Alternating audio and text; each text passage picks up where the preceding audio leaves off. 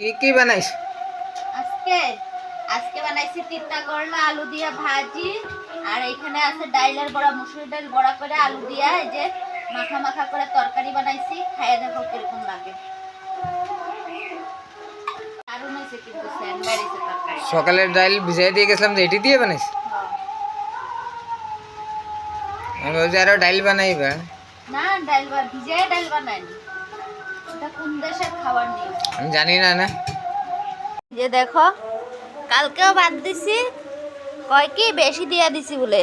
হ্যাঁ, খাইবার আগে কয় না, মাইক্ষা ইক্ষা পরে কব ভাত বেশি হইছে। কেন খাইবার আগে কইতে পারে না কম হইছে না বেশি হইছে? কতটুক খাই তুমি জানো না? জানলে কি হইছে? সবসময় কি আর সমান দেওয়া যায়নি গাইস। এই যে ডালে বড়া আর আলু দিয়া তরকারি, তিতা করলা আলু ভাজি, আর কিছু বানাই নেই। আমগো এখানে কীর্তন হইতেছে, কে কে কীর্তন শুনবা বিকালবেলা আয় পড়ো আমগো বাড়ির সামনেই।